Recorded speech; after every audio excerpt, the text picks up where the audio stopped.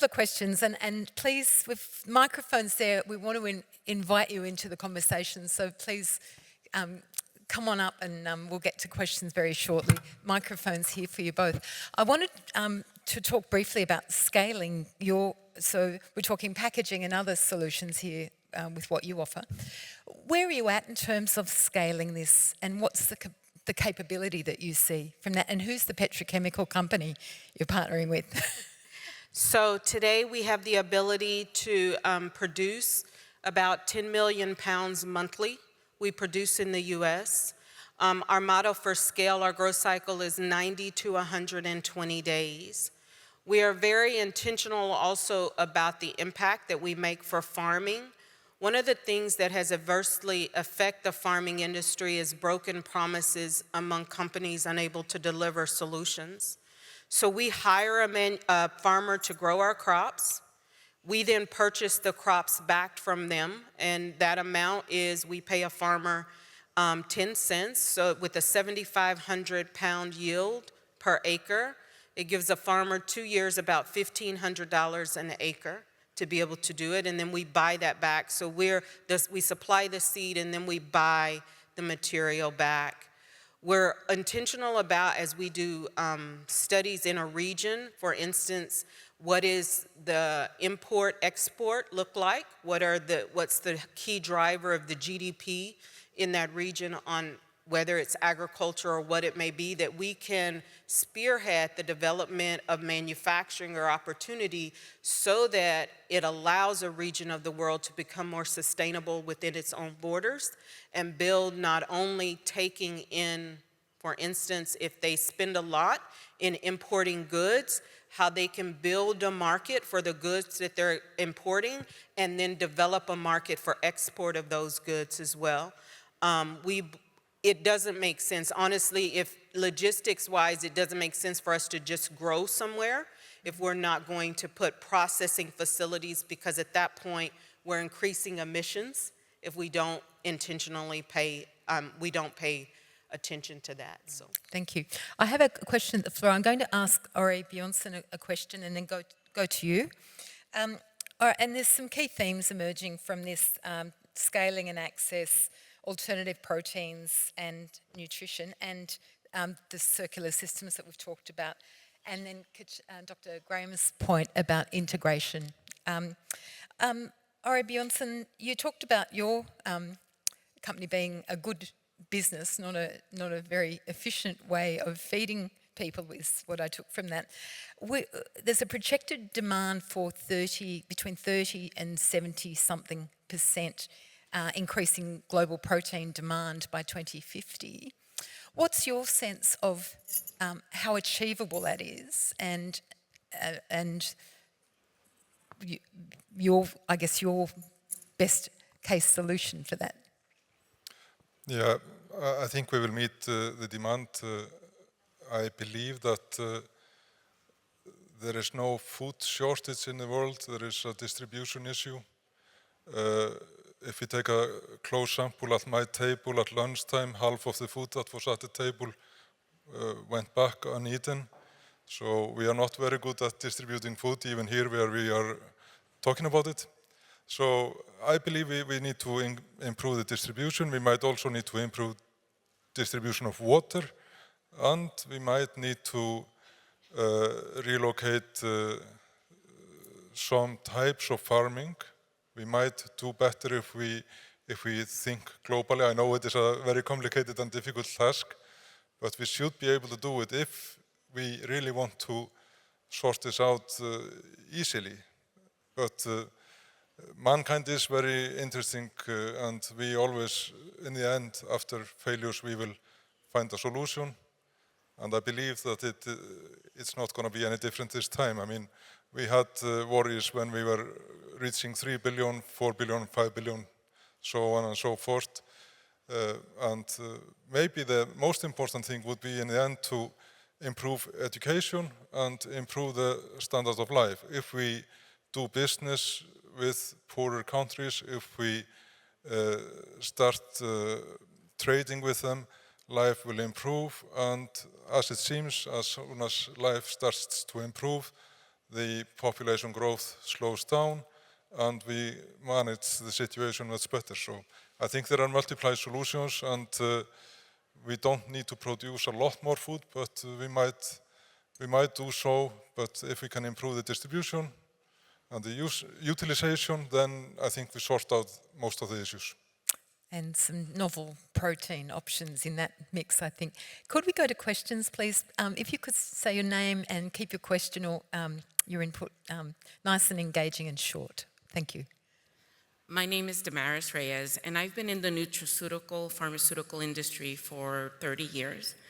And I'm wondering, is your product, Sharina, used in the packaging? Because we have a lot of waste in our bottles for our vitamins, our supplements. I take care of my elderly parents, and every month I throw out tons of empty bottles that they get from the pharmacy, and it just seems like it's a waste. Yes, to answer your question, in fact, we were invited by Freighted Health to introduce our material to their supply chain, and it was one of the leading parts of the conversation was packaging within the industry, and again, the barrier properties of the material. We currently work with a manufacturer that has produced testing vials with our materials that he produces products today for Thermo Fisher. So we work with manufacturers to deliver solutions.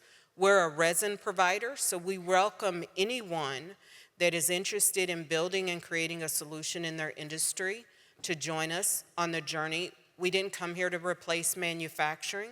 We came here to be a solution and to partner and bring a true global solution to the marketplace. Thanks. I'm just going to get some input from Dr. Grahmann. Yeah.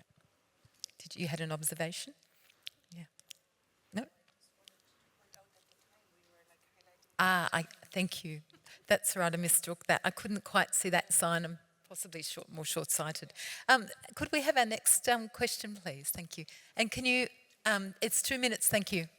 Thank you, Chantaline Carpentier from UN Trade and Development. Thank you for the presentation. 2 questions. One is, you're providing a solution to non-plastic substitute, right? Which is something going to be negotiated in August, hopefully go through. One question is, how scalable is your model to developing countries, for instances? Because you still have some competition with food production and water use, right? So I'd like to hear about that. Second, can you how do you certify it so exporters can use it to wrap food and so that we can accelerate the use of it in trade? And then finally, on the microalgae, this is probably the least carbon intensive food system we can have. How can we scale? How do you plan to scale that? Thank you. So the first question, and I had the answers as you were asking. First, we already ship under HS codes. We're a natural polymer.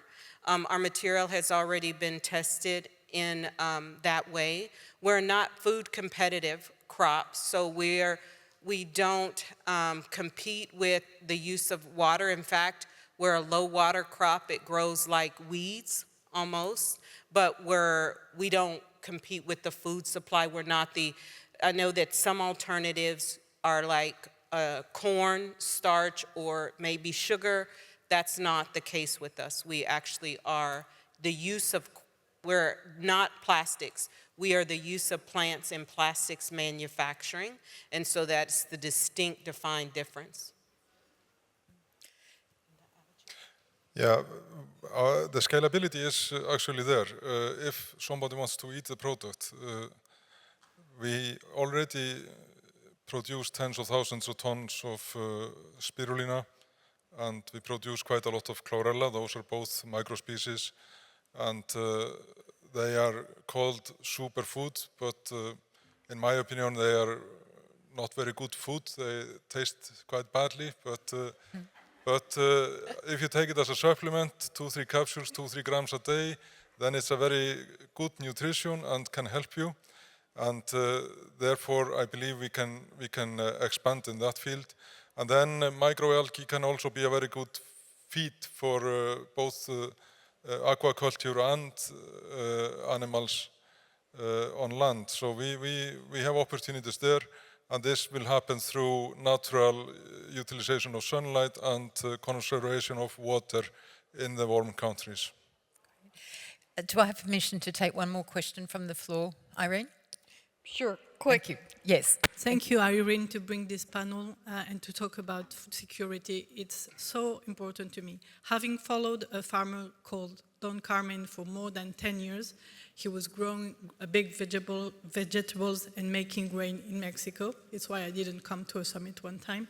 I would like to know, what are your biggest challenge? Is it financing, politics? How can we do better? Because we have the knowledge, we have the tools, we all agree with you.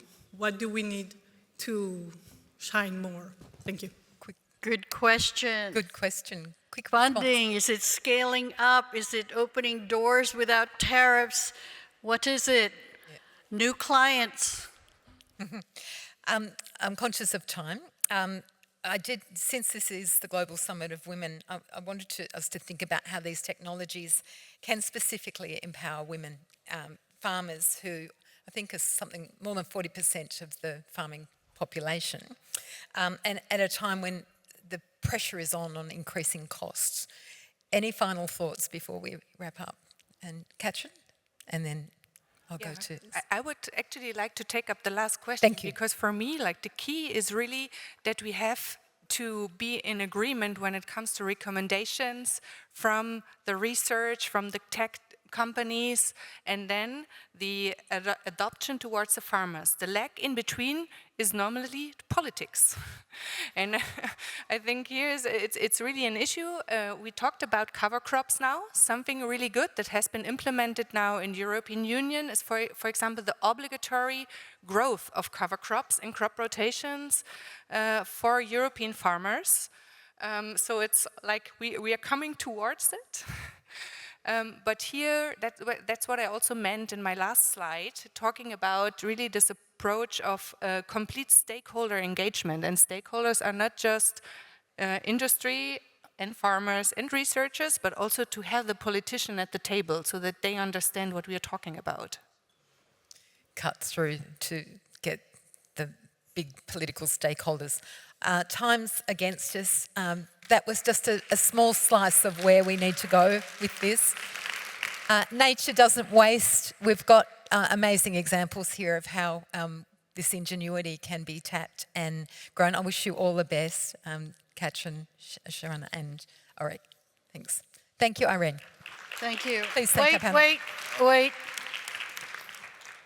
I just want you to look at this. We have an Australian moderator, a German researcher and implementer as well, 2 companies represented, one from the United States and one from Iceland. This is how we try to do every summit. Solutions from everybody else, okay? And I agree with Nancy Gomez.